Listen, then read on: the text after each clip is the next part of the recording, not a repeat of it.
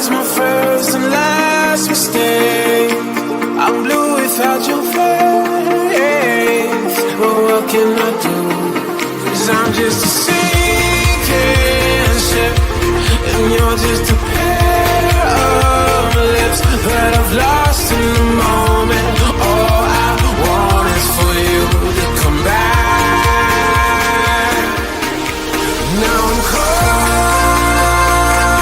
in the middle of life, and I need.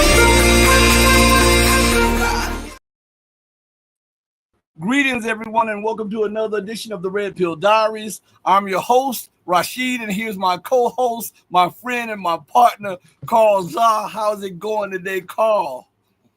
Hey, Rashid, how are you? Long time no see.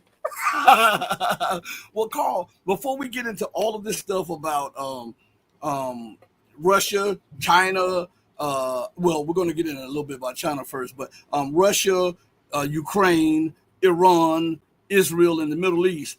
I want to get your opinion on the ICC arresting former President Duterte of the Philippines. And by the way, before you answer, everybody, Carl is working on something that if it comes through, it's going to be major for. I'm telling you, it's awesome. But could you go into that, Carl, about how the ICC has no problem pursuing someone that was trying to have an independent policy for his nation, but they have all the problems pursuing Netanyahu, George Bush Sr., and all of these other war criminals, and George Bush Jr.? Well, Rashid, ICC is designed for brown people. I mean, it's simple. It's designed for the third world countries. They never meant for ICC to prosecute a member of the so-called collective West, right? I mean, Israel is definitely part in that camp, and now even with ICC a conviction of Israel over issue of genocide, nothing in concrete terms has been done. Instead, they go after Duterte. So what did the Duterte do?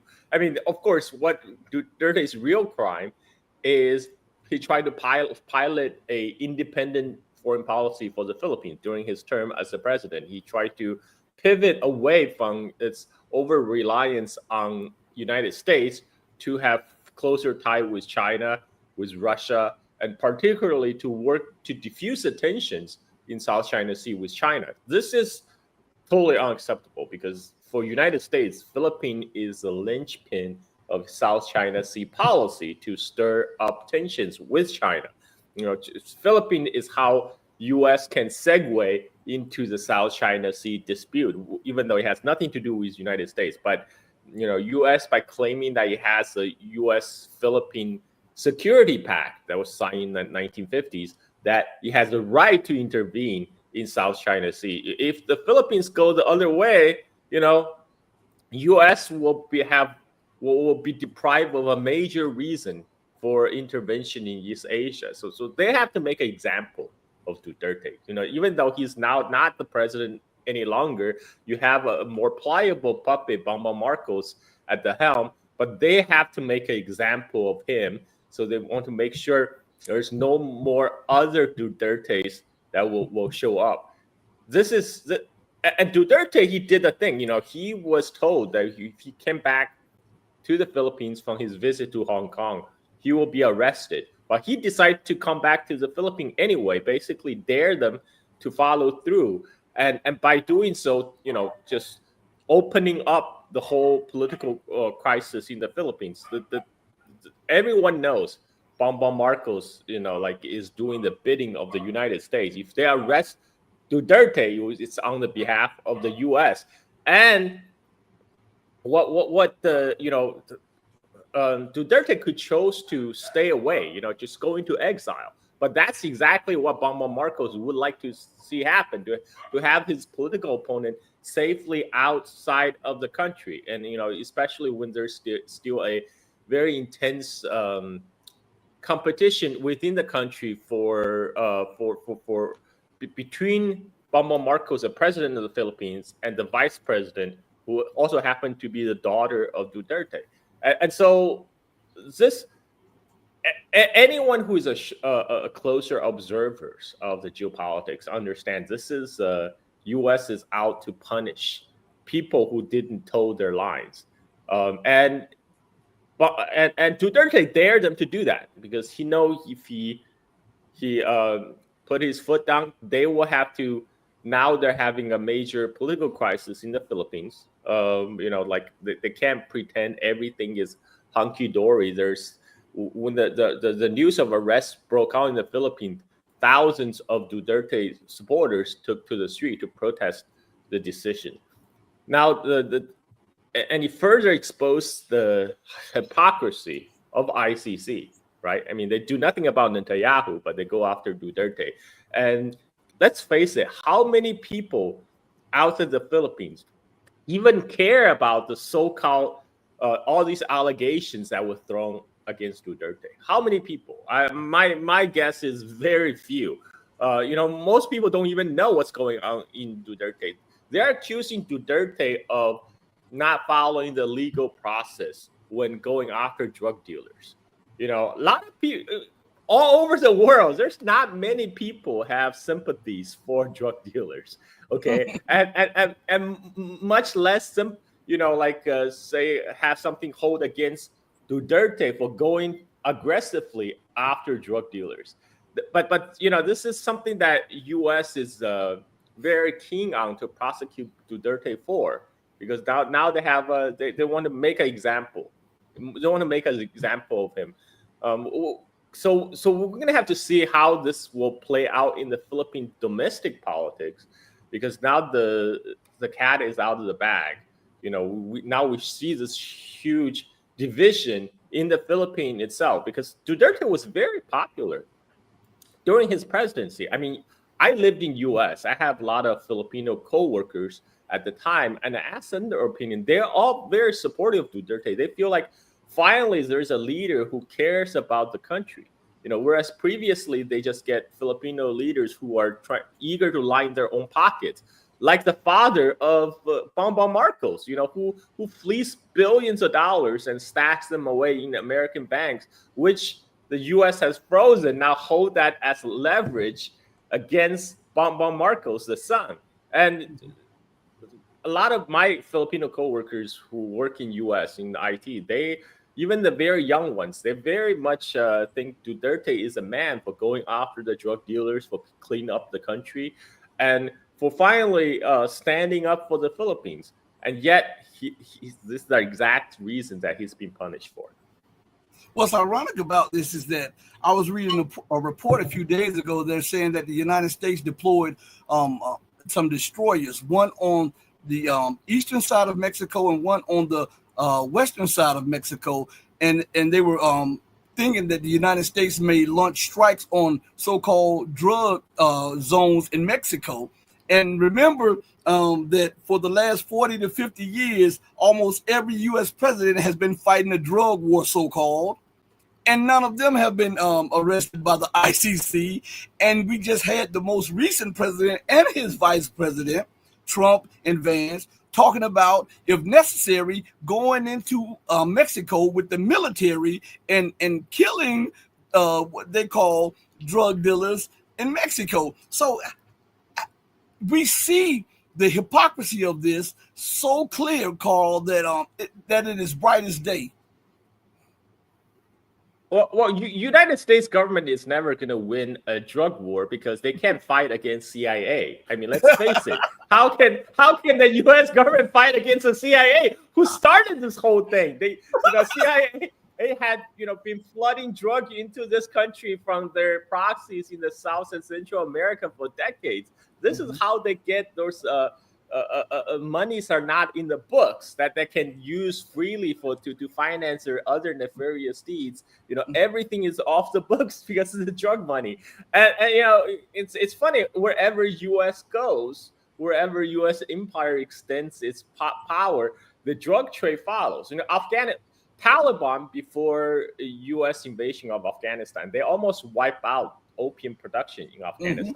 And as soon as NATO invasion of Afghanistan took place, suddenly Afghanistan became like the world's major base for producing opium and heroin. I mean, it's too much of a coincidence. And before that, the biggest base for producing opium and heroin was in the Golden Triangle, in the area bordering by Myanmar, Thailand, and Laos. And that area, again, was seeded and jump-started by CIA by using some defeated Chinese nationalist soldier who got kicked out of mainland China by Mao's People's Liberation Army, and those you know the way they reminds me of a lot of the current talks about how you know, United States are now blaming China for the fentanyl crisis in United States. Let's remember, you know, when U.S. talk about other countries, it's almost 100% projection, because in the 1950s, that's exactly what United States did. As China was wiping out opium production inside China, it caused a huge supply shock to the rest of the world. And at the time, CIA was using these defeated nationalist soldiers who ran away to Burma to start a new production of opium over there, and they're flooding the world market. But to cover the tracks, at the time, the U.S. drug czar at the time in 1950s, he's claiming Mao is flooding the world with opium. Right? They're accusing China exactly what they themselves are doing, and the way they carry out this operation. They didn't have a USAID back then. They had the USAID predecessor, who is supposedly trying to finance rural development in third world countries like Thailand, to build a road in northern Thailand, whose ostensive purpose was to, you know, facilitate rural development, but really was to build the road so all the opium from Myanmar across the border can be shipped over through their proxies in the corrupt Thai police, and then be exported to the rest of the world. And this same Golden Triangle production of opium heroin eventually got tens of thousands of American GIs who later fought in the Vietnam War hooked, and then, you know, brought their habits back to the United States. So CIA has always been involved in the drug trade. You know, like, how can United States government fight CIA? They're not going to win. This, you know, they're not even serious about it. I mean, the whole talk about going to Mexico to fight the drug trade is just another way to pressure Mexico to do what U.S. wants, and possibly for more land grab, because, you know, right now Trump administration want to grab the whole Western Hemisphere. You know, they want to go to Panama, they want to go to Greenland, they want Canada. You know, why not Mexico? So yeah, this for them to somehow going after Duterte for being tough on drugs, it does not make sense to majority of the people, you know, outside of the little Beltway bubble in Washington. People were like, what? Why are you going after him for going after drug lords? I want to play a clip for you that's on the lines of what we're just talking about. Just a short clip. And then I want your opinion on this, because we've addressed most of it prior to the clip, but I want to play it to give people a more insight on what we're talking about. So everybody check this out.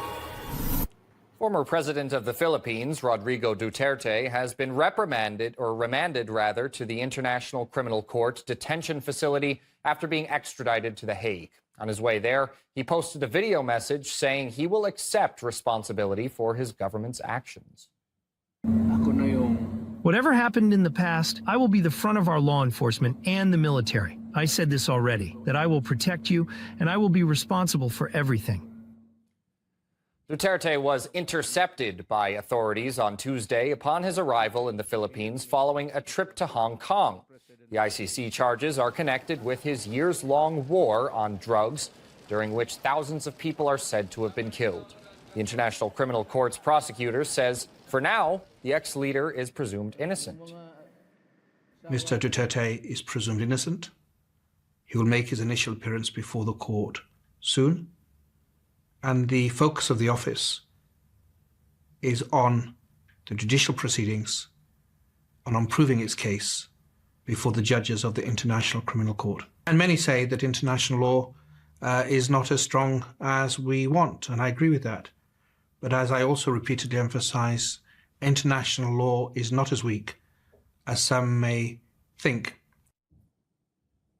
Analyst at the Asian Century Philippines Strategic Studies Institute, Daniel Hugo Santos, believes that the ICC has a double standards approach when it comes to choosing its targets.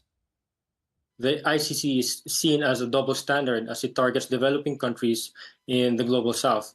One of it is the Philippines. They would target low-hanging fruits. So, for example, the Philippines right now is the easiest because ICC is taking advantage of the rivalry between Duterte and Marcos.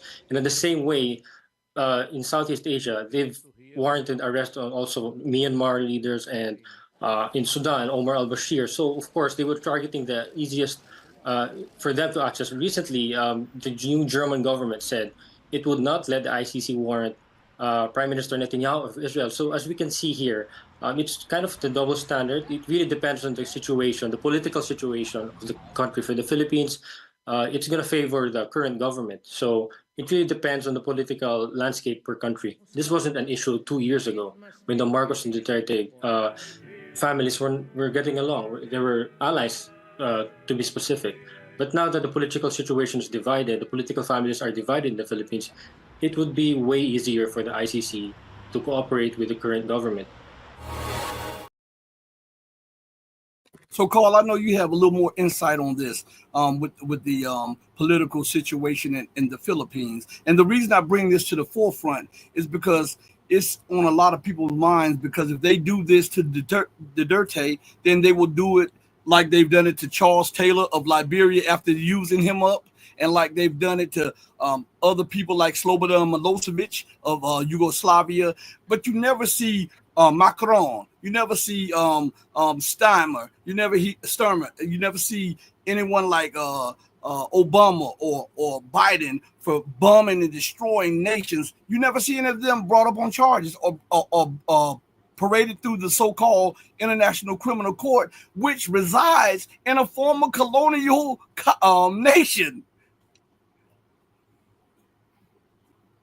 Yeah, I mean, like I said, ICC is not for the first world, Rashid. ICC is for the jungle. That has been very clear. And with the Philippines, originally Duterte and Bongbong Marcos, they were allies because Bongbong Marcos has pledged he will follow Duterte's policy of independent foreign policy and carry on Duterte's legacy. But that didn't happen. Bongbong Marcos at first made an effort. His first trip abroad was to visit China, but soon afterwards he went to visit Washington and it did 180-degree turn.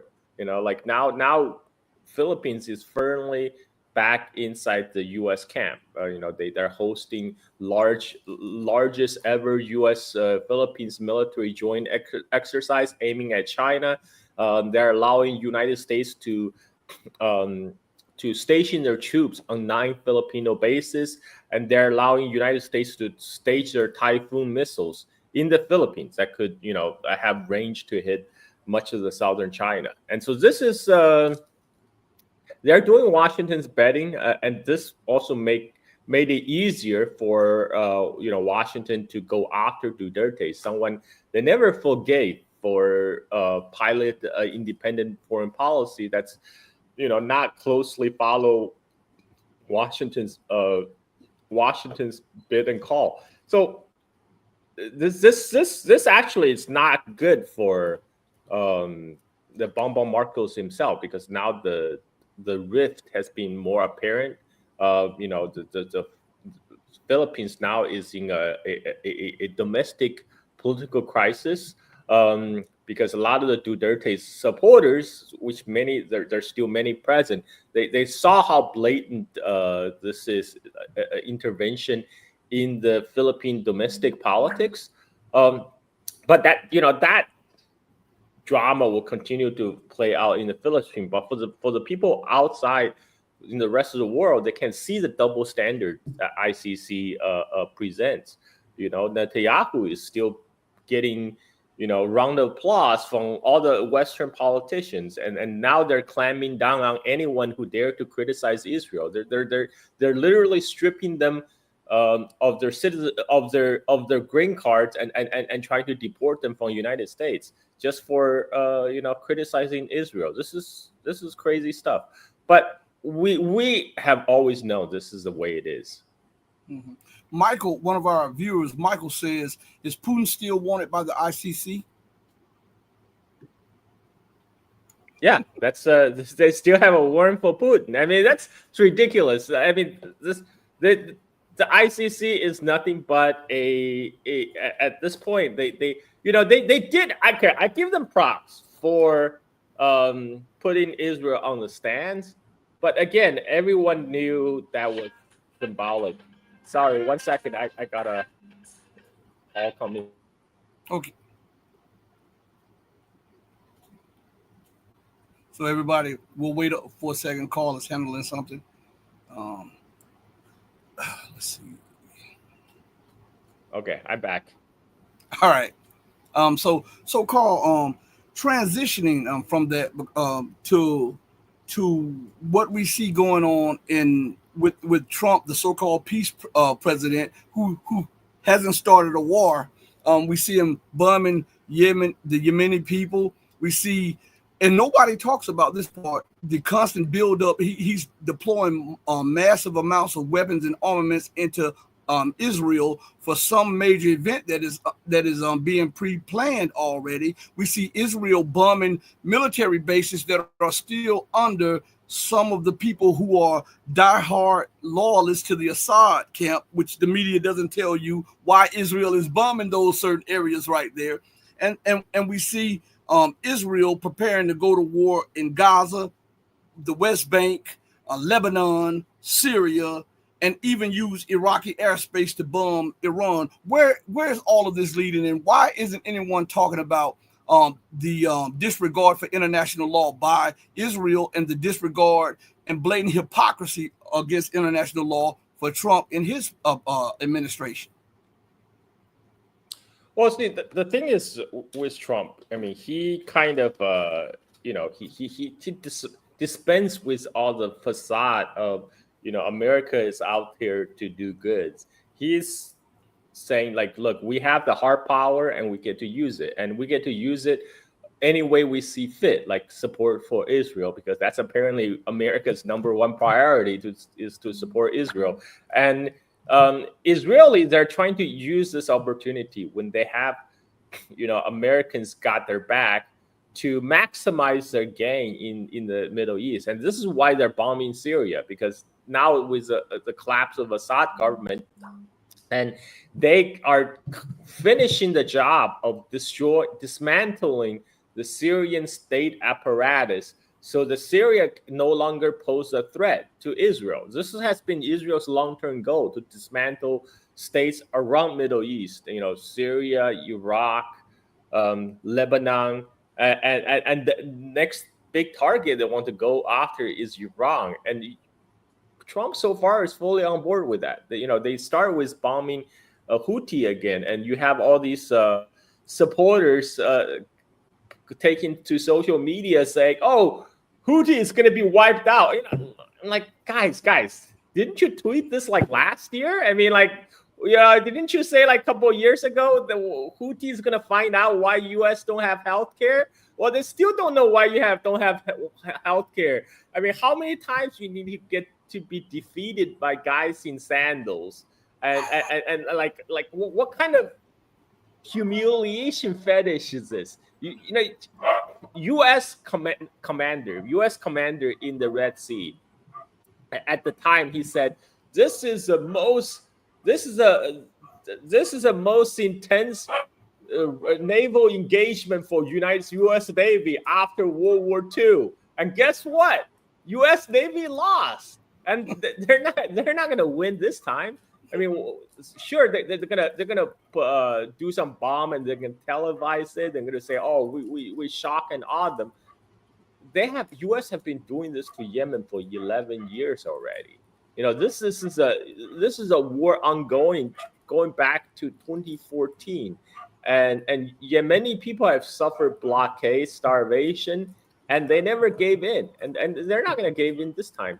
And there's really not much U.S. could do other than, continue bombing and continue blockading, which is not going to break the Houthi spirit. They're going to continue to resist. They're going to continue to blockade the marine traffic in the Red Sea. And right now they're rerouting 25% of the world marine trade all the way around all the way around Africa. And they are the ones that taking a very ethical stance. Genocide must stop. Ethnic cleansing must stop. Otherwise there's going to be no free flow of goods through the Red Sea. U.S. hasn't been able to undo that for the last 2 years, and they're not going to be able to do it this year either. I mean, it's good for propaganda on Fox TV, but I don't fundamentally on the ground the balance the balance of power still haven't changed. U.S. is not gonna. I don't. Even Trump would be crazy to commit ground troops in Yemen. That's not going to happen. And U.S. will try to leverage its air power, its sea power. But if you don't commit troops on the ground, there's only so much bombing you can do. I don't think for a minute they will be able to defeat the Yemeni resistance. Go to the chat for a second. We have a $50 super chat. Give the claps for the $50 super chat. Thank you so much, Terry Stevenson. I really, really appreciate that. He said, we watched you on the New Atlas, Rashid, and we really appreciated your points about how everything that is happening today is absolutely related to the failing economy. Thank you both for keeping us informed. Salute to you, and thank you for your support. We really appreciate that. So, Carl, again, Terry just brought up the thing. Would you please go into it just a little bit to tell the people why the empire is lashing out at everybody, specifically and especially Iran, Russia, and China, due to the economic turmoil that it now finds itself in? Well, Terry already pointed out, it's all bread and circus, right? We're like the late Roman Empire stage. They're just trying to distract the public by throwing them more bread and circus in the Colosseum. Everything is a stage show. I mean, including this bombing of Yemen. They can flex how powerful U.S. military is, but so what? That's not going to change. That's not going to affect the grocery prices. You're still not going to be able to buy eggs in the grocery store. I mean, this is the United States of America, and there's a rush to get eggs. And you are going around bombing Yemen. How is that going to help? It's not, but it will temporarily distract people from their everyday struggles inside United States. And that's exactly what designed to do. Trump make all this noises about, they're going to go after Greenland. They're going to go after Canada. They're going to go after Mexico. This all sounds really good, right? Oh, look at muscular U.S. foreign policy. We're finally going to teach this effeminate Canadian Trudeau people, what America is all about. But at the end of the day, we're going to have inflation. Inflation is going to come. Inflation is already in the United States, but inflation is going to get a jet fuel boost because of the tariff hikes. They already level 20% tariff on China, 25. They said they're going to level 25% tariff on Mexico, Canada. Now, Canada, Mexico, and China, there's three largest trading partner of the United States. So that means the price is going to go up, folks. China is not paying their tariff. China just sell their goods at off their factory at their stated prices. The American importers going to have to pay the tariffs when they import the goods at the custom, and then they're going to try to pass the buck to U.S. consumers. I mean, even with 20% tariff on Chinese goods, it's still not going to make American-made product competitive. And at the same time, right now, all these political instabilities is causing a flight to safety because people are selling off more speculative assets like stocks and real estate and keep their money in cash, and that if in effect is driving up US dollar. So US dollar is very strong right now, and this is where the Trump policy is very conflicted, because Trump said he wants dollar to keep its world reserve currency, and he threatens the BRICS about don't even think about dethroning the dollar. But the fact is, if you want to keep the US dollar as a world reserve currency, if you have a strong US dollars, that means US are not going to bring the manufacturing back home, because a strong dollar means imports will still look attractive. People will still going to import, and when 20% tariff is not going to make a difference.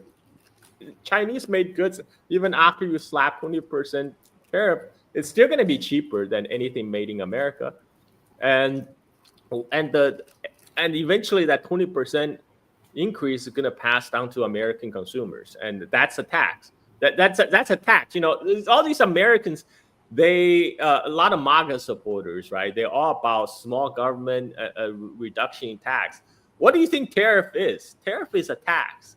It's a tax on American consumers, but many people are too dumb to realize it. They think China is paying for the tariff. No, China is not paying for the tariff. You are going to pay for the tariff, and it's a tax. It's a government tax.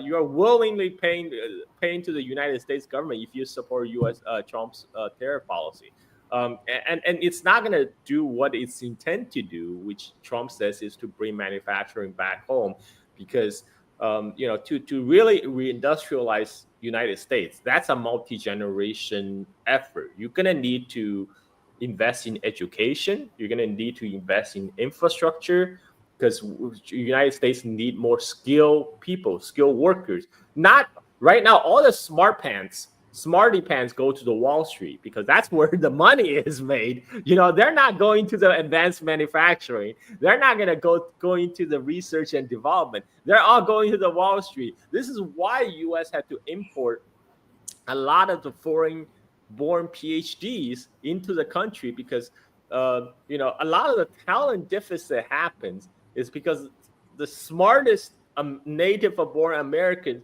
they're going to the Wall Street because they understand that's where money is made. They're not going to go work long hours in a lab and getting paid a pittance. Only the foreign-borns who are willing to put up with that kind of shit. So this is and this system has been rigged for a long time, and without changing the system itself fundamentally, they're not going to be able to turn it around and reindustrialize America. There is a deficit of skilled workforce. There is a deficit of infrastructure, but these are all long-term investment and it requires long-term planning. Trump is not going to be around for that. He's planning for the next 4 years. He's not thinking what happens in the next 10, 15 years. That's not going to happen. This is just going to lead to higher inflation. But, you don't want people to focus too much on the egg prices. So what you do, you bond Yemen. You bond Yemen. You voice your full-throated support for Israel. And then you get people's attention focused elsewhere than watching what's happening to their wallet. Because if you focus on too much on watching your wallet, it's too depressing. Just stay glued to the Fox TV. To watch the shock and awe American bombing. That might play for a while, but I think eventually people are going to wise up. But maybe Trump's strategy is by the time they're wising up, it doesn't matter. It's the end of the 4 years. So, yeah. I want to play a clip. I played this clip on one of the programs before, and this is a professor talking about the impacts of U.S. tariffs on China and the impact they will have on the United States. And then after, we'll come back and get your take on it, Carl. Let's bring in Steve Hanke. He's a professor of applied economics at Johns Hopkins University in Baltimore. Professor, do you think there will be some kind of compromise in this tariff war between Mexico and the United States, also Canada? Well, not really, because President Trump has many contradictory ideas, many things floating around in his head. But when it comes to trade, he's a mercantilist, and his view is that the foreigners are basically engaged in nefarious activities that cause the U.S. to run a trade deficit. And he thinks that trade deficit is bad. The problem is it's just nonsense. The trade deficit in the United States is created in the good old USA because there is a deficit of savings relative to investment in the United States. And by definition in economics, that deficit is filled by a trade deficit. Foreigners come in and fill a deficit. Now in China, for example, they have just the opposite situation. They have a savings surplus relative to investment. So internally, China creates the conditions for what has to be, by definition, a trade surplus, which they have. Same thing in Japan, same thing in Switzerland. But the U.S. has had a trade deficit for a long time, since 1975, and it's all created by America. It's not created by foreigners. Foreigners just fill the void. So, Professor, I just want to make sure I understand. Explain to us how tariffs work, if you will. Who will be most affected by these tariffs, by these tit-for-tat measures? At the end of the day, is it the American consumer? Well, yes, to some extent, it's the American consumer. But the main thing that happens with tariffs, if America puts tariffs on, the cost of imported inputs into the production process, into manufacturing, go up, and actually it hurts exporters. People don't realize, once you look at how it works, there are three elements that are affected. One is people directly consuming. Let's say they're buying avocados from Mexico. Well, they're going to pay more from the avocados, or bananas from Ecuador. They'll pay more for those. So that's a direct consumer. But there's an indirect aspect, and that is manufacturing operations that import inputs, parts and things that are needed as inputs to manufacturing. They will get hit, and those manufacturers will be hurt by their exports will be more expensive. So the exporters will be hurt.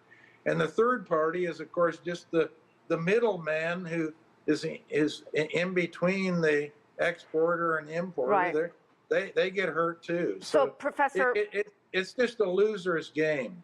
Everybody loses. And when consumer confidence is down with all this uncertainty about tariffs, are you perhaps concerned about a recession? Well, I'm concerned about a recession because of one main thing. The stock of money in the United States is lower today than it was in June of 2022, and that's only happened 4 times in the United States history since 1913, when the Federal Reserve was established. And all 4 of those times, with a contraction in the money supply, you have a slowdown that results. And that slowdown, I think, will be occurring this year in the United States. And consumer confidence is going down, and that will just aggravate it, you see. So let me get this straight. We're running out of time, and if you could just reply this to my question as briefly as possible, Professor Hanke. Is there a better way here than imposing tariffs on Mexico, China, Canada, and starting April 2nd on a host of other countries as well? Yes, the best way is free trade. Why should the government be involved getting in between a buyer and seller who are agreeing on the price and terms of a trade? This is the government coming in and saying, no, you can't do that, or we're going to tax you, or we'll put sanctions on you, or something, some other interference. Free trade. All right. Thank you so much, Professor Steve Hanke. By definition of what he just said, the government getting in bed with corporations and making policy through the dictate of corporations, that's fascism. So what he is saying that America is a fascist nation in so many words, because with all of the rhetoric talking about free trade, the policies does not match the rhetoric, which means that it is not China that the world should be looking at. It's the United States that has become more and more dictatorial and fascist, and that this is why they're lashing out. Because I know he said this. He said 4 times in the United States where certain things happened where right after that we had something like a recession or something. But the problem with this time is America does not have the political capital. She doesn't have the manufacturing base. She doesn't have the reserves. She doesn't have the gold. She doesn't have the silver. And now when this comes down, this will be far more than just a recession. We're talking about the word that no one likes to utter. We're talking about a Great Depression. What do you say about that, Carl? Well, I mean, this basically the crack was already shown by the great financial crisis, the GFC back in 2008. That was United States really truly recovered from that. They try to patch up things by printing walls of money, shit tons of money. And that only made the matter worse because U.S. society has been financialized up to the wazoo. Everything is financed by debt, and we all know that debt is unsustainable. At some time, we don't know when, but the reckoning will be coming. And what Trump is doing is only making the matter worse. Like the guest has spoke about. A lot of the American manufacturers, they actually import Chinese parts. Ford, this is what Ford CEO Jim Farley said. He was very upset at the Trump tariff because a lot of American cars use Chinese parts. And a lot of Americans don't even realize that. Yes, a lot of parts that goes into Ford are made in China. And Trump tariff is going to make Ford more expensive. American manufactured goods themselves are going to be more expensive because other imported components from China has gone up in price. And right now, like all these Trump policies, it's like Trump is making the appeal to burnish his populist image. He's posing as his populist leader, giving to American what they want, which is America first, blah, blah, blah. But everything he has done is only exacerbate the problem. Right now, United States, a lot of the U.S. problems that really needs fixing is fundamental changes at a society level. Like this is what happened. We have a trade deficit because Americans are not saving enough. And they're not, they go into debt to finance their consumption binge. And why is that? It's not because Americans are fundamentally fiscally irresponsible. It's because the government had printed so much money and they have encouraged people to take on debts. All the banks, they encourage you to go into consumer debts. Because with all these available free money that government is printing, they're handing out these free money they got from the government, and they're trying to loan you, what they may call low interest rates. Even though now that interest rate is also going up. So eventually, this house of cards will have to come down, and it's not going to be pretty. Everybody kind of anticipated this. This fight. All they can do is kind of delay the final reckoning. I mean, Obama did that by essentially nationalize a lot of the American auto industry, American banks, just by print more money. How long can this Ponzi scheme keep going? It's anybody's guess, but we all know it's not going to be pretty when the house of cards finally blow up. Mm-hmm. And so, with that said, Carl, this article comes out on yesterday. It comes out yesterday, and it's called "The U.S. is not prepared to win an economic war against China. Built container ships, farmers, ocean carriers warn." Now, the first part of this says the U.S. is considering steep fines on container ships made in China as a way to help revive domestic shipbuilding. From global ocean carriers to U.S. farmers, business interests are warning that the economic consequences will be devastating. The World Shipping Council estimates that the rules being considered by the U.S. Trade representative would soon cover 98% of all liner vessels calling on U.S. ports.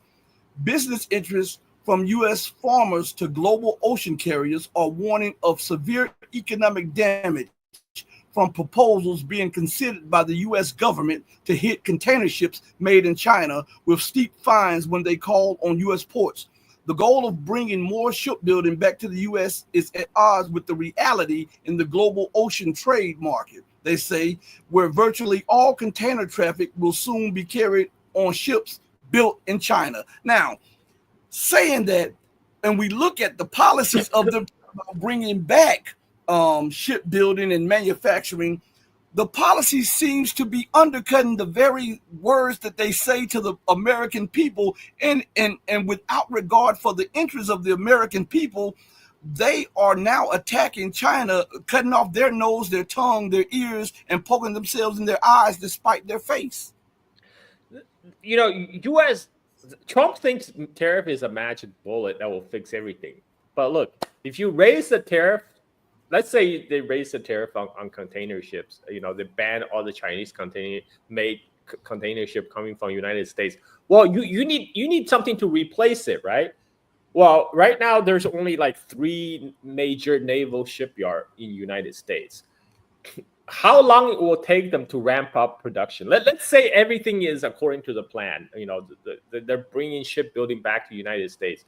It will take years to bring a new shipyard into operation, right? What are you going to do in 4 or 5 years while a new shipyard is being built?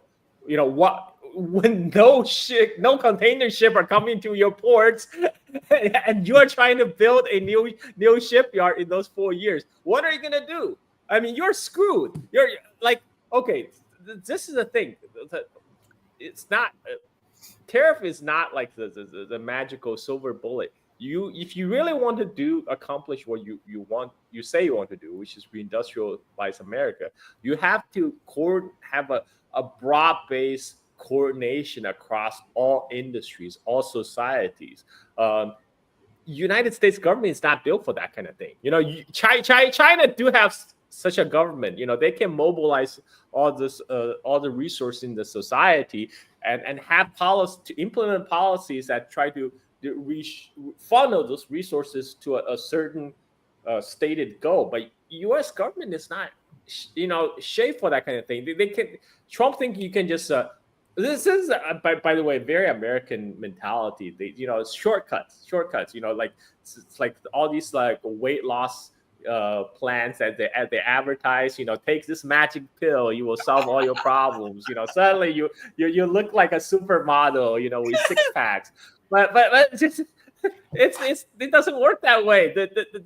If you want to lose weight, you actually have to put into the hard work. You have to work out regularly. You have to, watch what you eat. It's a long-term process. It takes, it takes a good 6 months, 1 year to see dramatic changes. But this is not what Americans want. This is not what Trump wants. Trump just wants this one magic pill, and he thinks it's tariff that will fix everything. That's, again, like to restart U.S. manufacturing. Any kind of factory opening new mines or setting up a new factory, it takes few years before you can start production. The question is, what are you going to do in those few years? Well, there's no production and you're cutting yourself off from production from China. And you see what they're doing to Venezuela. Trump said they're going to levy 25% tariff on any country who import Venezuelan oil. And of course, United States itself imports Venezuelan oil, but Trump gave Chevron an extension. Of course, he gave Chevron extension for continuing their operation in Venezuela. And this again is aimed at China because China buys majority of Venezuela's oil export, somewhere from 55% to 68%, and that means another 25% additional tariff on all of China. And this is crazy because China is not gonna back down on this, because they're not gonna say, "Oh, we're gonna cut off our ties with Venezuela to comply with U.S. sanctions," because they understand if they back down on one issue, Trump Trump's character, when he senses weakness, he will pounce. He will keep on piling on. So, another 25% additional tariff on China. This is we're gonna see some real economic pains very soon in this country. The way the inflations are going. I mean, I thought inflation was bad when I came back to U.S. for a visit back in 2023. Like my son screaming for a frozen banana in North Carolina Zoo, and I had to pay $8 for a frozen banana. This was in 2023. I can't imagine, what the Trump tariff will do to the prices in the coming years. I think a lot of industry have already stockpiled probably imports from China in anticipation of the tariffs. But again, it's we have to see how those tariffs gets implemented, because Trump himself kind of wishy-washy. He has postponed the implementation of the tariff on Canada and Mexico for many times. But what the business really hate is uncertainty, right? And Trump is creating a lot of uncertainty right now in the market. People don't know how those tariffs are going to be implemented, whether they're going to be implemented, and a lot of businesses are putting their planned purchase on hold because of this. And this is going to cause economic slowdown. So, but we won't see this. There's going to be a delay effect. If you think inflation right now is bad, wait like another 4 months, 6 months, you will get much worse. And we'll see how Trump deal with that. But I have a feeling they're gonna enjoy their. He's gonna enjoy his popularity right now among at least among the MAGA crowd. But eventually, I think people will wake up, because this is not sustainable. And I think also the reason he's hitting at Venezuela with that is because Venezuela and China has that yuan trading swap agreement where China can purchase the oil using the yuan, sidelining the dollar. He goes after Panama because of the shipping through there. He wants to control that. I believe that's a part of the choke strategy to break China's trading routes for the Belt and Road Initiative, so that the United States can bring China to yield, and they think that they can blackmail China and control China's policies and position. What do you have to say? I think you nailed it on the head, Rashid, because when United States have been talking about Chinese control of Panama Canal since 1998, when Hong Kong billionaire Li Ka-shing's C.K. Hutchinson Logistic Company have assumed operation on ports on Panama Canal.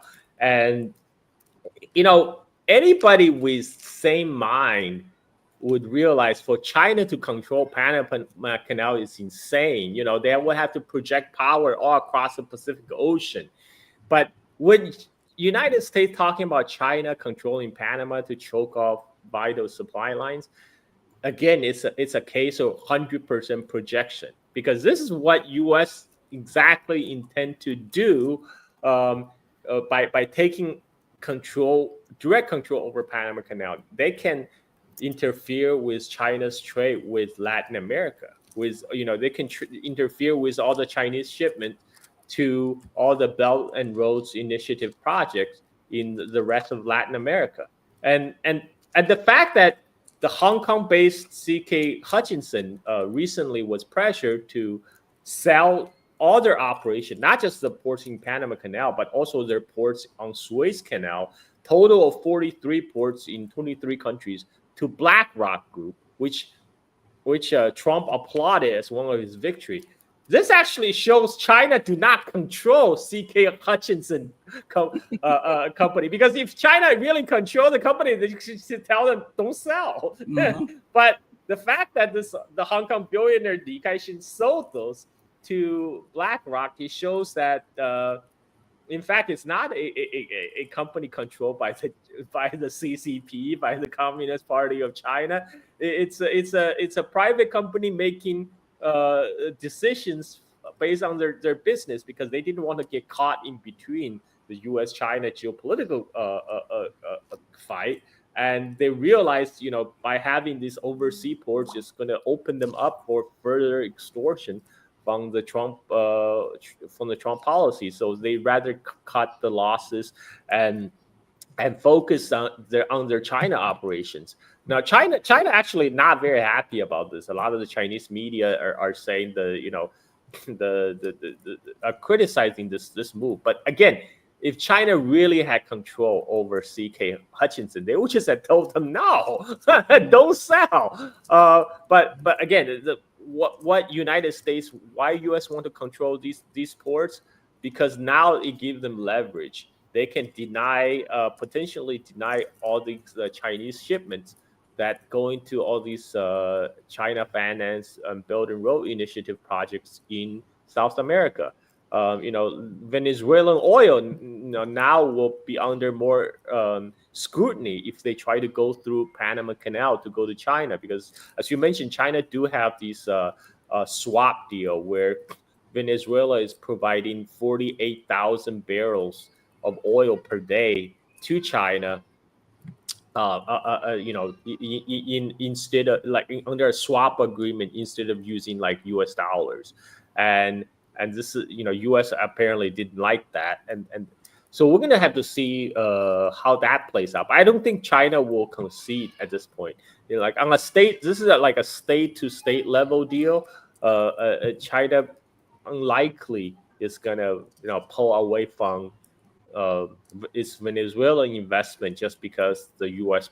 pressure. And besides, it just makes a lot of more economic sense, because a lot of the independent oil refiners in China, called teapots, they're already operating in a low margin environment. So I don't think they can afford to give up on importing the heavy Venezuelan oil, and they will look to their government. They will look to the Chinese government for guidance on whether they should continue, because Trump tariff is aimed at not just say those oil refiner, but aim at all of China if this happens. So it will be the Chinese government that will send the directive whether to continue to import Venezuelan oil. And I think that China will continue to do so, because China is already in the midst of the tariff war with United States. So be it.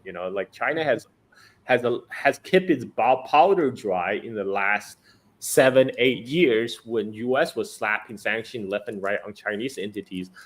China hasn't so far, moved aggressively on counter sanctioning United States. So China still have a lot of room to maneuver.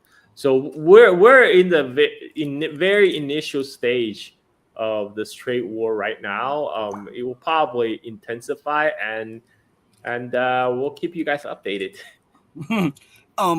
I want to go back to comments made by Perseverance Chameleon, and I think it was a very apt comment. He's Perseverance Chameleon says the U.S. can't compete economically or militarily.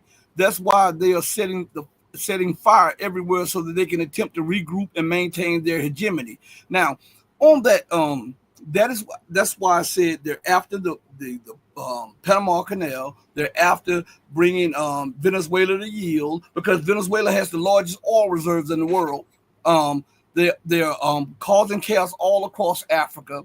They are attacking the Houthis. They're bombing Syria and Lebanon. They're after Iran. And most people say that this is about a nuclear thing, but we know it's not really about nuclear. What it's about is the underbelly of China and Russia, but specifically and especially China, because they want to break the Belt and Road. They want to break it through the Panama Canal. They want to break it through North Africa, and they want to break it through West Asia while they control they think they can control the Malacca Straits and all of these areas around there so that they can shut China off land, air, and sea and bring it to yield. How do you think these plans will work? Oh, I don't think they will work at all because what U.S. is trying to do, as you mentioned, they're trying to retrench back to consolidate their hold on the West Hemisphere, particularly in Latin America, and the right now like I said many times before, for U.S. Navy to block the Strait of Malacca is a fantasy because they will not just be blocking China. They'll be blockading the entire world because China trade with the rest of the world, and at least it will block all the countries in East Asia. It's gonna basically turn everybody against United States. I mean, this is and besides, this is how do you even do something like that? Has U.S. Navy ever even practiced such a ambitious operation? No, they haven't. I mean, this right now, this is just a lot of talks by a lot of armchair generals, and again, but China has done its best to de-risk from United States. This is why they're building tons of ports all over the world. That they have alternatives. They have now a land bridge over Eurasia that connect to Russia. They have the Arctic route that's opening up because thanks to the global warming, now they can sail to Europe through the Arctic. That's actually faster than they would sail to right now going around Africa because now people can't go through the Red Sea because of Houthi blockade. So there's a lot of like U.S. Navy cannot be at all places at all time.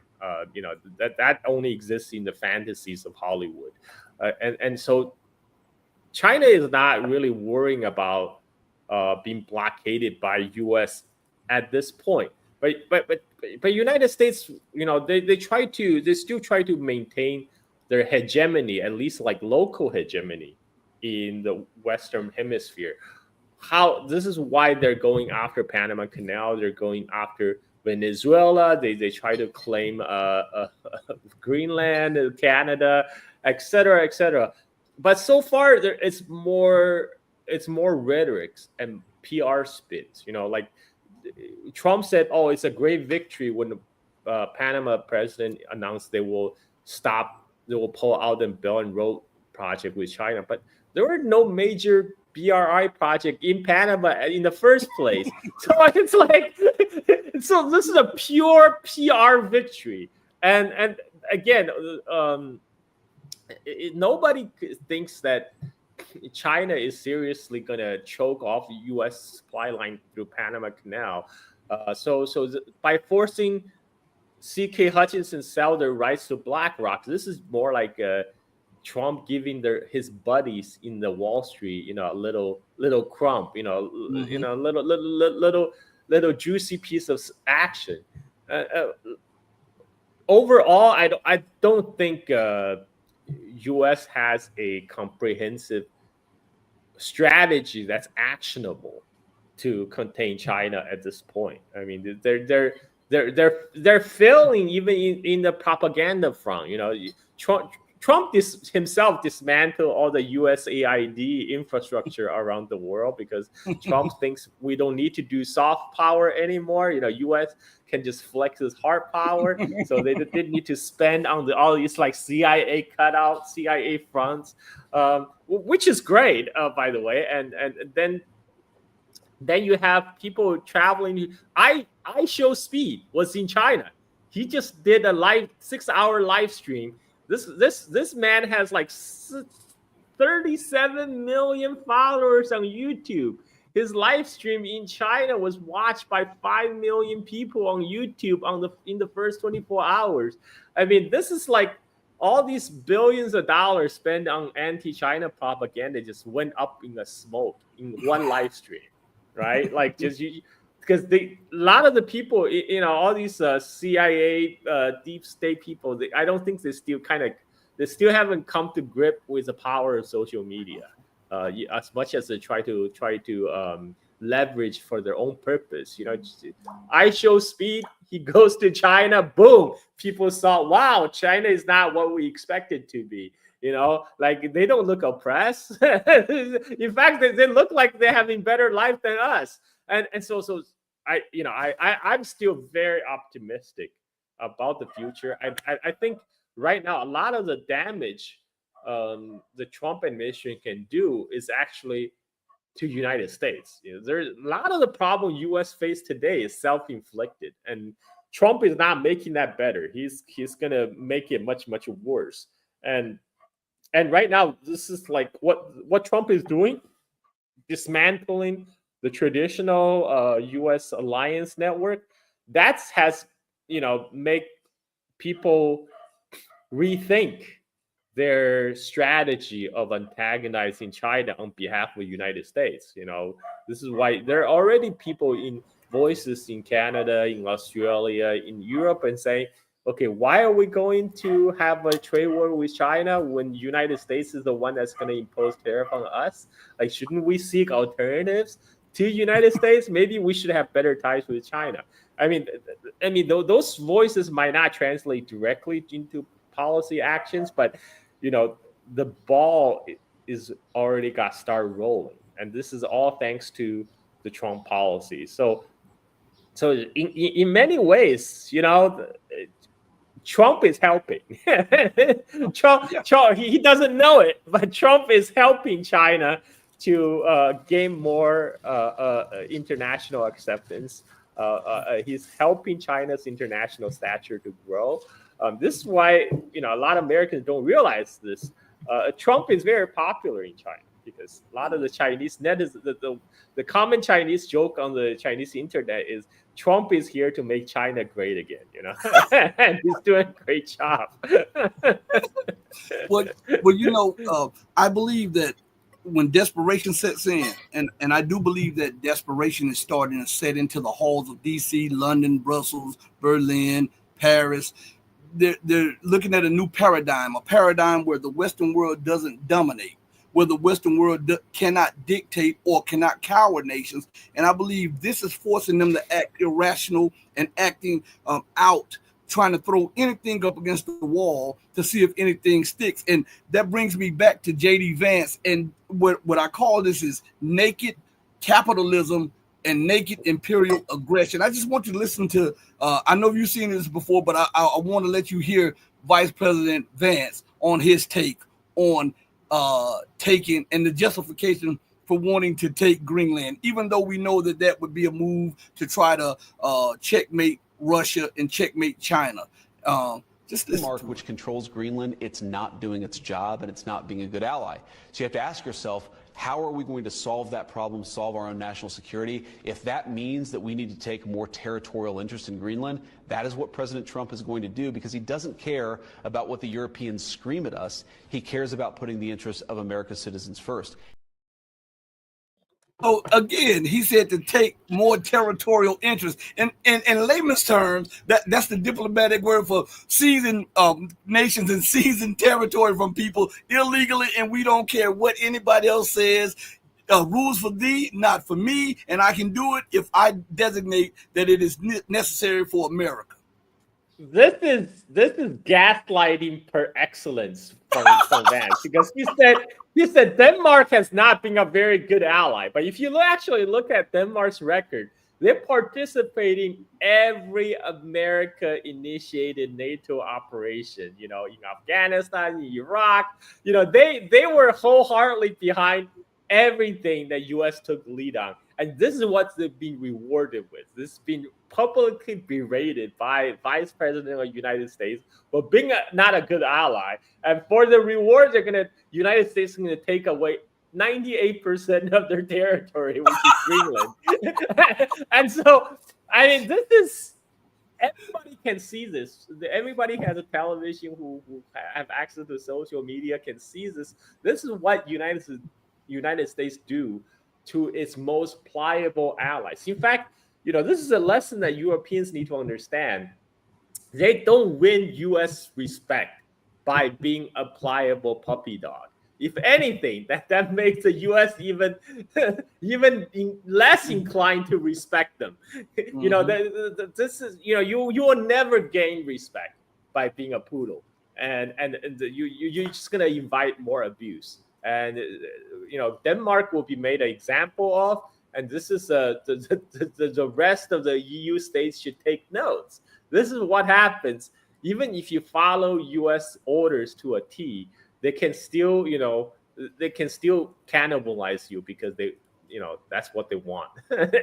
and this is why one of the reasons U.S. has resort to cannibalizing its allies is because, even Marco Rubio has recognized the unipolar moment has passed. Now it's a multipolar world. So U.S. is out for itself in a more a naked, self-interested manner. It will openly resort to, before, in Biden administration, we already said the U.S. was cannibalizing its allies by, for example, forcibly deindustrialize Germany by blowing up its vital infrastructure, Nord Stream, and forcing and making essentially all the German industrialists come to the United States with their factories where the gas is cheaper. But now it's more openly cannibalizing by taking territories. So that's going to be the fate of Europe if they keep on following, United States, even though U.S. is openly giving them the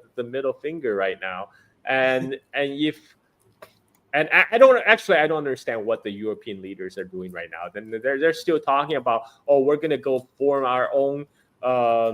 We're going to support Ukraine without United States. Like Canada is talking about forming a alliance with the rest of the Europe without United States. This is all crazy talk. At some point they have to wake up. They have to wake up on the dream and face reality. And that is. Maybe it's better to work to look out for your own self-interest in this world, and that might mean to actually play diplomacy and to have a rational foreign policy toward countries like Russia and China, who are realistically the other poles in the multipolar world, and that actually can afford them some sort of strategic independence from the United States, so they don't have to be at the whim of Trump administration all the time. And this is what some of the people who were in the government of the United States has to say about their thoughts on the United States. Let me play the show. The United States is the most lawless and dangerous country in the world by far. You cannot believe how much misinformation we get every single day. Because I have advised more than 100 governments around the world, I have seen things with my own eyes. I've seen U.S. CIA coups with my own eyes. Governments lie, but superpowers make super lies. And if you're running the largest war machine in the world, you are going to lie all the time. The entire Iraq war was not because they thought there were weapons of mass destruction. Weapons of mass destruction was the outcome of a focus group inside the Pentagon. How are we going to sell this war to the American people? Who made the decision 2 days ago that ATACMS can shoot deep inside Russia? Another brilliant move. We don't even know if the President of the United States is compos mentis right now. We have a deep state that takes these decisions, not a word of explanation to the American people. It's all lies. And I've seen it all through my life because I've been advisors to prime ministers and to presidents and to central bank governors and to some of the wonderful people on this panel. And I've seen a lot. And he described it aptly, but I want to follow that up with what he said about who runs the U.S. government. So that, and then I want your comment after that. So check this out. There's a wonderful, I don't know, wonderful. My wife doesn't like me to use that word when I refer to President Putin's statements. I will say just very accurate. And that is in an interview that President Putin gave to Le Figaro in 2017. He has an observation which I found very astute or very accurate. He said, you know, I've dealt with 3 presidents now. He says they come to office with ideas, but then soon enough, the men in dark suits and blue ties show up and tell them the way the world really is. And that is why things continue as they are, essentially, no matter who is in office. And I think that there is a great deal of truth to that. When I look at foreign policy from Clinton, who was a Democrat, it's the economy, stupid. But he was the one that initiated the NATO enlargement. He was the one that bombed bombed Serbia in 1999 for 78 straight days. Then George W. Bush Jr., who had the wars in Iraq and Afghanistan, and who further enlarged NATO and then committed NATO to expand to include Ukraine and Georgia. Then Obama, the man of peace, the man who won the Nobel Peace Prize right at the start. And then he signs the order for the overthrow of the Syrian government. He invokes NATO to overthrow the Libyan government. He sends Victoria Nuland to overthrow the Ukrainian government. Well, you know, come on. This is not proper behavior or in line with the public perceptions and precepts. Then Trump, he continues the arming of Ukraine. He, of course, doubles down on Israel in the Israel-Palestine disaster and tragedy, making things work. He rejects a peace agreement with Iran, which would have denuclearized Iran in return for dropping U.S. sanctions. So he leaves the world less safe. Then Biden, who's supposedly the opposite of Trump, comes in. And what does he do? He refuses to negotiate with Russia. He relishes the Ukraine wars leading to Finland and Sweden joining NATO. He continues to pledge at disastrous cost to Ukraine, by the way, that NATO will enlarge to Ukraine. It leads to ongoing war. It leads to destruction of Ukraine. It leads to the impossibility of a peace agreement. And that's Biden's policy. So that's 5 presidents in a row that I think have made me much less safe than we were in 1992 when the Russians had just become independent and said, we want to be friends with you. And the United States said, well, that's fine. Get in line and, respect us because we're going to run the show now. And this is essentially our circumstance. We are more in danger, but every president, supposedly left or right, basically has listened to the men in the dark suits and blue ties. What do you say about that, Carl?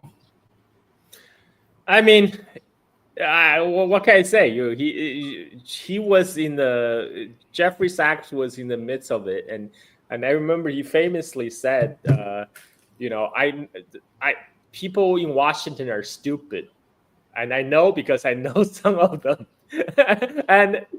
but he's absolutely right about the deep state running things, because I remember President Putin related a story. This is back when in the early 2000s when President Putin proposed to Clinton that he wanted to have Russia join NATO, and Clinton said, "Okay, sounds good. Let me check with my people." And after a few days, Clinton comes back like, "Sorry, I checked with my people. They said no." Right? This is the president of the United States, supposedly the leader of the free world. Right? Now, who it really tells you who's really running things. He has to check with his handlers to make sure that's the correct path to go down. And but right, you know what? But with the Trump, it's more entertaining. Like someone in the comments said, I completely agree. I mean, because Trump has done a lot to dismantle. People are saying, oh, like him destroying the USAID is just, it's just refocusing, bring it under the larger umbrella of State Department. Totally correct. But regardless, what Trump is doing currently is doing a lot of damage to the U.S. deep state because of personal vendetta. Because let's face it, the reason Trump is going after USAID, of course, it's not because he's like care about because these USAID, because Trump doesn't care about the fact that USAID was financing color revolution around the world. That's not what Trump cared about. What Trump really cared about is the CIA and the intelligence services really went after him during Biden administration. Trump, this is personal. This is vendetta. This is time to get revenge and get even. And I'm all for it. Because in dismantling USAID and a lot of these CIA cutouts, it's actually doing a lot of damage to the U.S. imperial system, and I'm all here for it. And I really I kind of enjoy all this chaos is introduced to the U.S. Political system. And like I said, I'm still here with the popcorn watching unfolds. It's all entertainment for me. This is why I laugh all the time, because I really enjoy it. I really enjoy to see the U.S. empire going down in flames. I was looking at something yesterday and I saved it. It was a post from Arnaud Bertrand on X, and this is what he said. And in his post, he had a snapshot of Jack Ma and what is coming out now. But he says, this is big. I think we're reaching the stage where we can confidently say that China has defeated the U.S. semiconductor sanctions. Alibaba just announced that they've developed AI training techniques using Chinese-made semiconductors, where they achieve results comparable to NVIDIA H800 chips and reduce costs by 20%, which is exactly what the semiconductors export controls sought to prevent, according to multiple statements by U.S. officials. So this goes back to what I was saying to you, Carl.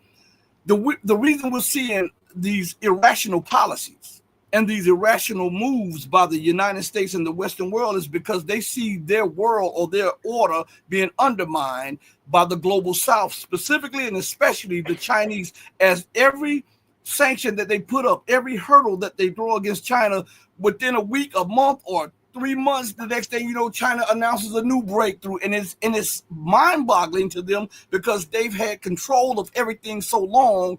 And when you rule so long, it really irks you when you can no longer stymie people's growth or control their movement. What do you have to say on that, Carl? Yeah, and they will still blame China for stealing the IP, even though, it's something that the United States don't have. It's like, well, why can't you do what China did? They're like, oh, DeepSeek is doing better because they stole our intellectual property. Well, what's preventing you from stealing from DeepSeek and be better at them? It's like does not make sense. And again, this goes back to what we said earlier about U.S. going around the world lighting fire to create instability. So this way they can present United States as like the oasis of calm. So where you should park your money in US dollars. And this particularly applies to places flush with oil wealth like the Middle East. And this is why US is totally destabilizing the region right now. If we recall, Trump signed this deal where he proclaimed that U.S. is going to get $500 billion investment into AI. Now, where that $500 billion is going to come from? The Trump signed this agreement with the CEO and founder of SoftBank. Now, SoftBank doesn't have $500 billion. Where's Son Masashi going to get that money from? The money is supposed to come from the Middle East. They're going after. They're trying to convince all these oil sheiks in the Gulf to come up with the money so they can pump into this AI pyramid scheme in United States. And this is why they really hate China, because when DeepSeek comes out, people are like, wait, so you want $500 billion, but DeepSeek, they train their AI with like $5 million. Why? There's a huge price difference. Why are you demanding $500 billion of investment? And again, and this is because what their whole plan was to blow up the world, fostering instability in the Middle East. So all these oil wealthy countries, they have no choice but park their money into U.S. and into like boondoggle investment like OpenAI, and China just come out and blow out their whole scheme out of the water with this DeepSeek thing, and now they're saying, okay, they don't even need the NVIDIA chips for training purposes, because initially they say, DeepSeek is good, but they still need NVIDIA chips to train, but then they can run on Huawei chips for inference, for like serving up results and stuff. And now they're saying, actually, they don't need NVIDIA chips for training anymore. They can use domestic China-made chips like Huawei Zen chips for training as well. Then that means China now have a nearly complete 100% semiconductor chain, from design to manufacturing to the downstream product like AI, like AI training.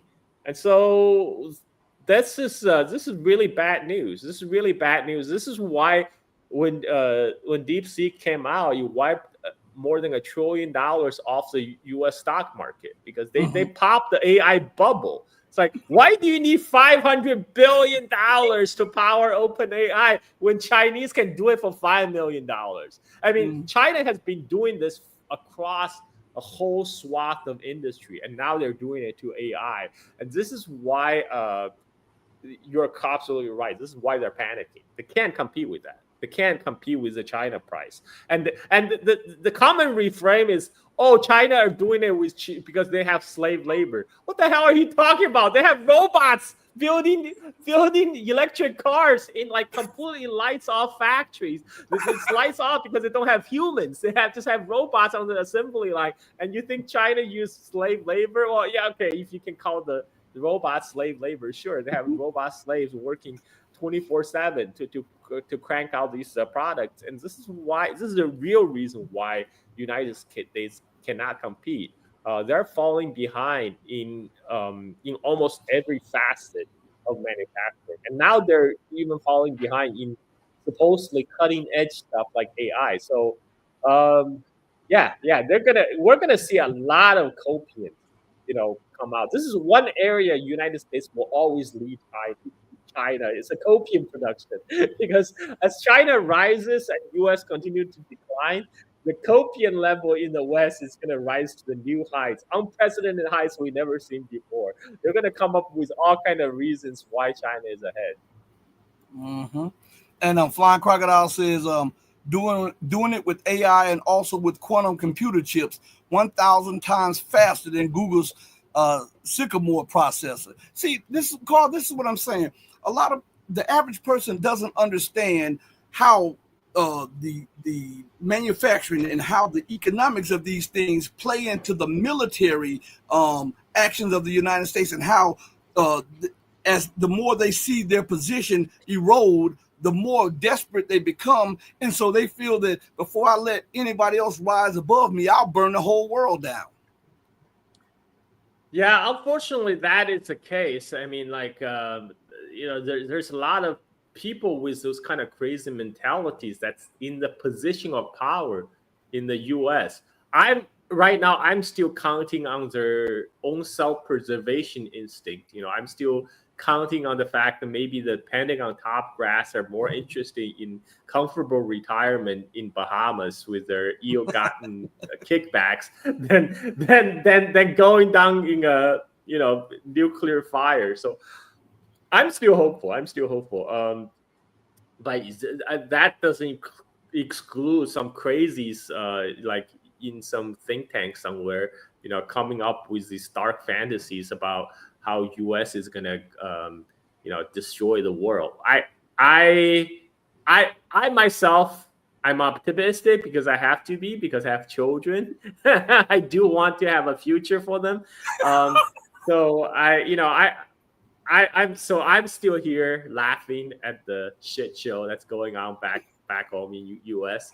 But I hope. I think what we are lucky is the Chinese leadership are much more rational.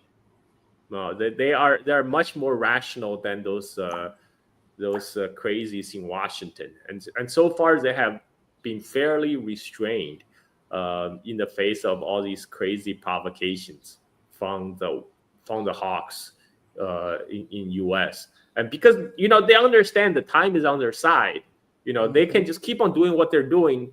What they have been doing, which is focus on developing China, and that in itself will put them, above U.S. in the long run, and that strategy is working, and they're going to keep doing it, and they're not responding to these provocations for conflict and war, and that is actually keeping us from World War III right now.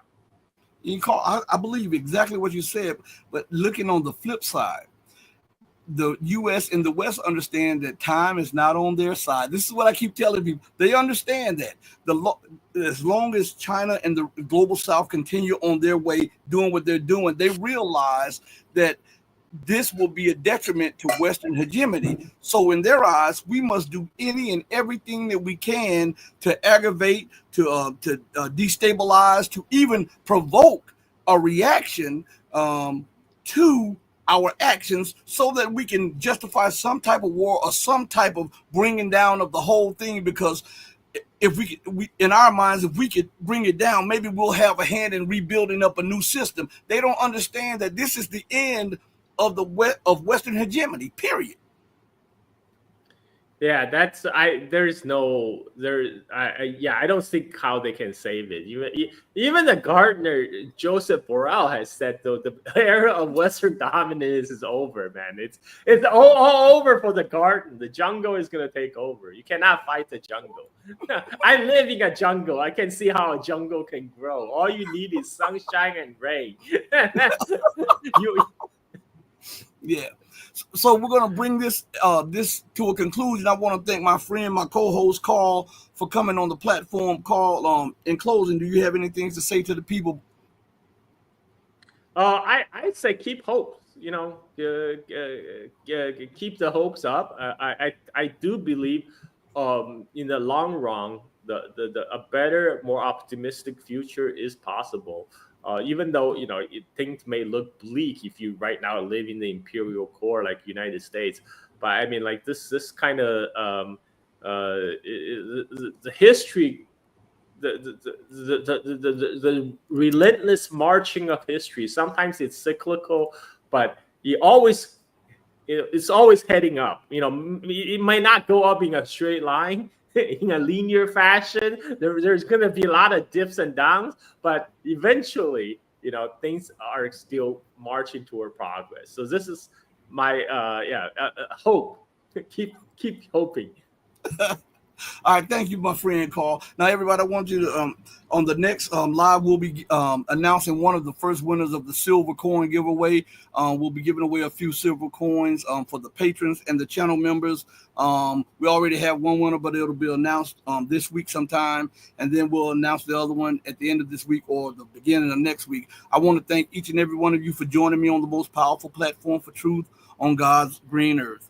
This is the Red Pill Diaries. My friend and my brother and co-host Carl has done a hell of a job once again, and I thank him for coming on. We got to get him back soon too. Everybody, remember to do right by others, not because there's some accolade or some reward behind it. Do right to others because it's the right thing to do, and it's the humane thing to do. Because even when no one else is watching, God Almighty is watching. And remember, He may sit high, as my mom always say, but He looks low. Know that I love each and every one of you who loves the truth, but know that the love that I have for you will always pale in comparison to the love that God has for you. Until we next speak again, stay strong, stay true, but above all things, remember to stay righteous and hit that like button. It does not cost you a thing. Thank you all, and thank you, Terry, for the $50 super chat. We're out of here. Peace. I love you all. Hey, mama, your baby boy loves you more than life. Deuces, everybody.